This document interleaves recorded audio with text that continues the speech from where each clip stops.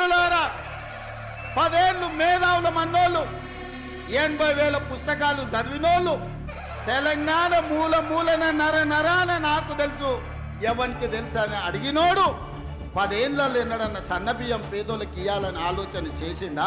ఆయన ఫామ్ హౌస్లో 1000 ఎకరాల వరి పండించి, మిత్రులారా ఇది బాగా తెలంగాణ రైతాంగం వినాలి.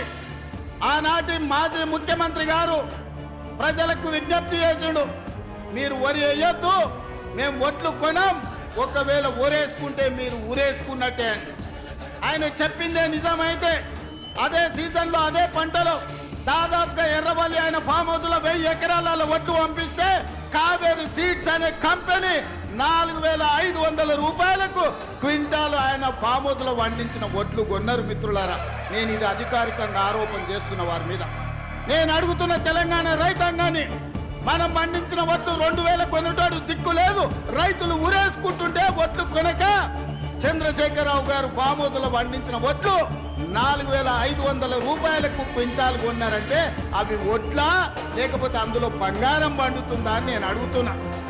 దొరగారి ఫామ్ హౌస్లో పండితే 4,500 అమ్ముకుంటాడు, మన దళితులు గిరిజనులు పండిస్తే ఒట్లు కొనేటోడే లేడు.